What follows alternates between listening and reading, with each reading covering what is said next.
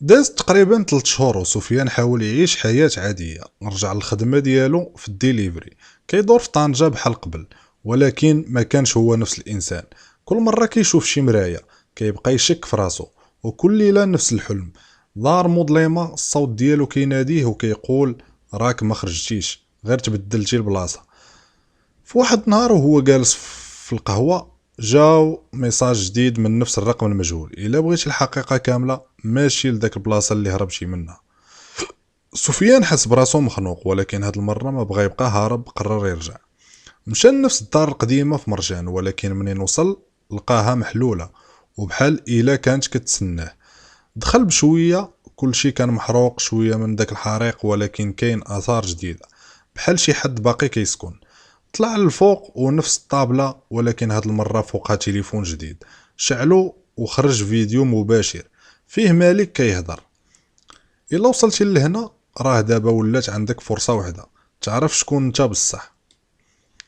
السر ديال سفيان في التليفون كانوا ملفات بزاف، صور وفيديوهات وتسجيلات صوتية. سفيان بدا كيشوف وكل حاجة كتزيد كتصدمو كتر. فيديو فيه هو كيدير تحقيقات، تسجيل فيه كيهضر مع مالك ولكن بطريقة مختلفة، بحال اللي هو القائد. وثيقة فيها سميتو الكامل ولكن مكتوب تحتها بروجيكت شادو سابجيكت 07. سفيان بدا كيتخلع: واش انا كنت جزء من شي تجربة؟ فجأة الباب تسد بقوة والضوء طفى والصوت جا من اللور: دابا وصلتي للحقيقة. دار سفيان لقى مالك واقف، ولكن هاد المرة ماشي بحال قبل. قال ليه: انا ماشي العدو ديالك، انا غير واحد بحالك.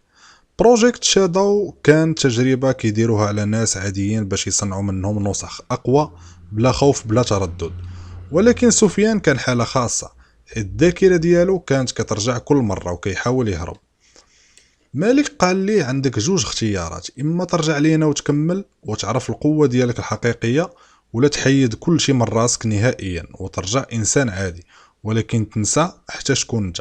سفيان سكت، بدا كيتفكر كل شيء: الخوف، الهروب، الحقيقة.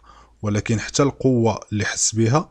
شد التليفون وشاف الفيديو الأخير ديالو هو كيهضر: إلا وصلتي لهنا راه خاصك تختار، ولكن دير اختيار اللي ما تندمش عليه.